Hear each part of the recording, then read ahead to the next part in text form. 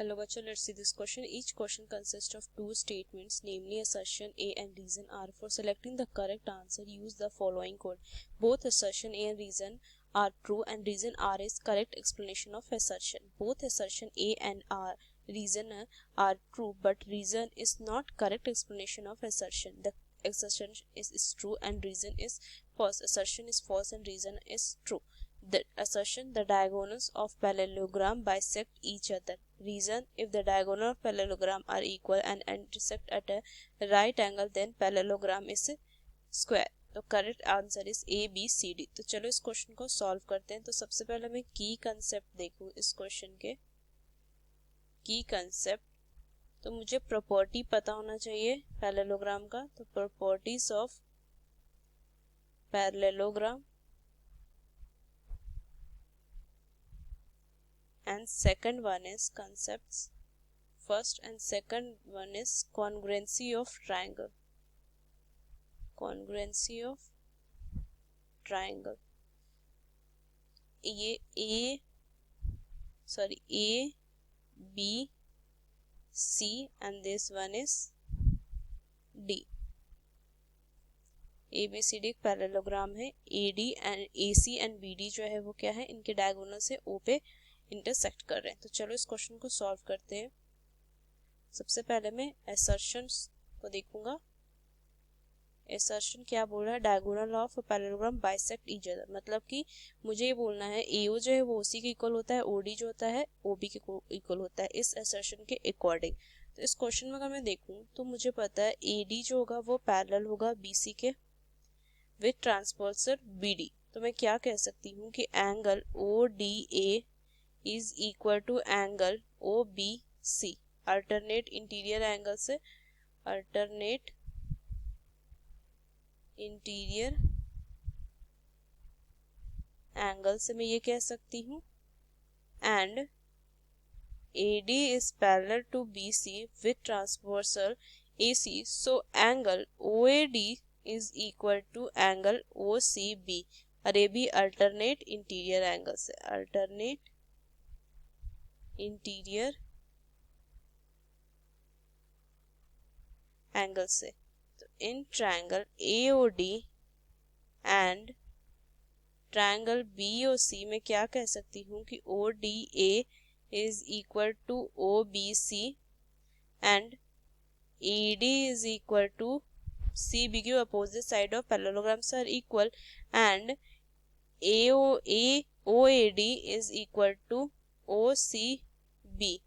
ये मैं कह सकती हूँ। तो क्या हो जाएगा, ट्रायंगल AOD जो हो जाएगा वो कॉन्ग्रुएंट होगा ट्रायंगल BOC के, वो भी ASA रूल से। तो ये अगर कॉन्ग्रुएंट है तो मैं कह सकती हूँ कि OA इक्वल होगा OC के एंड OB इक्वल होगा OD के। इसका मतलब कह सकती हूँ पैरेललोग्राम के जो डायगोनल होते हैं एक दूसरे को बाइसेक्ट करते हैं। So assertion is true, assertion is true. Assertion क्या है, ट्रू। अब मैं रीजन पे अगर देखूं इस क्वेश्चन में तो रीजन क्या बोल रहा है, if diagonal of parallelogram are equal and intersect at right angle then the parallelogram is square. तो इसके लिए मैं यहाँ पे एक डायग्राम अगर मैं ड्रॉ करूँ, दिस वन इज डी, एक पैरेललोग्राम है जिसे मुझे बताना है कि इनके जो एंगल बाइसेक्टर है ना, अगर देखो इनके जो आर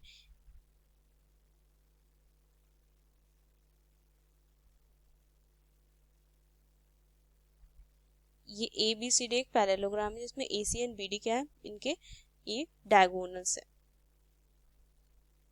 अगर मैं इस एंगल को और इस एंगल को मैं x1 ले लूं और ये x2 एंड इस एंगल को मैं y1 ले लूं और इस एंगल को y2, तो इस क्वेश्चन को मुझे सॉल्व करना है।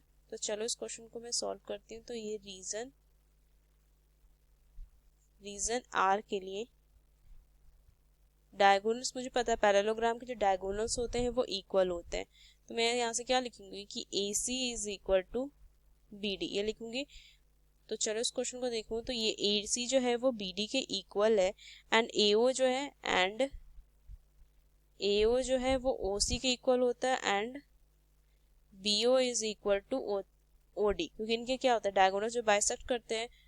अगर मैं इस क्वेश्चन को सॉल्व करने के लिए AOD triangle and triangle COD में चलूं तो यहाँ से मैं लिख सकती हूँ AD is equal to BC, ये लिख सकती हूँ मैं, and angle AOD is equal to angle COD is equal to 90 degree. AOD ये O है, AOD क्योंकि ये मुझे गिवन है ना क्वेश्चन में ही, ये मुझे गिवन है क्वेश्चन में ही, and OD is equal to OD common, ये कॉमन है। तो मैं क्या कह सकती हूँ कि ट्रायंगल जो हो जाएगा AOD is congruent to triangle COD by SAS congruency condition. अगर ये इक्वल कॉन्ग्रुएंट है तो AD जो होगा वो इक्वल होगा DC के, ये इक्वल होगा।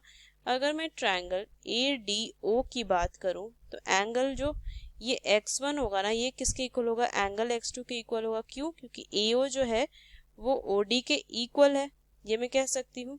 सिमिलरली अगर मैं देखूं तो similarly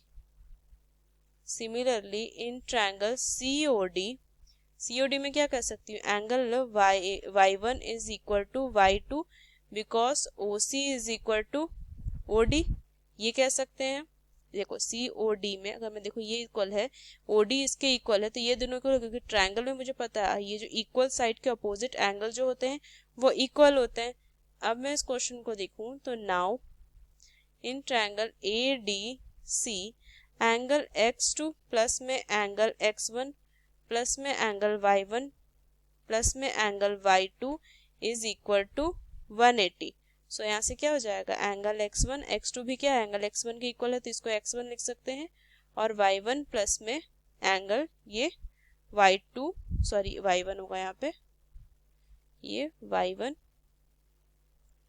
is equal to 180 degree, क्योंकि x1 जो है x2 के इक्वल है एंड y1 जो है वो y2 के इक्वल है।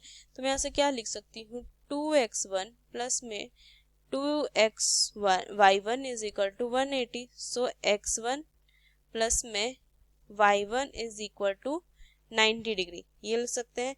तो मैं क्या लिखूंगी कि इन पैरेललोग्राम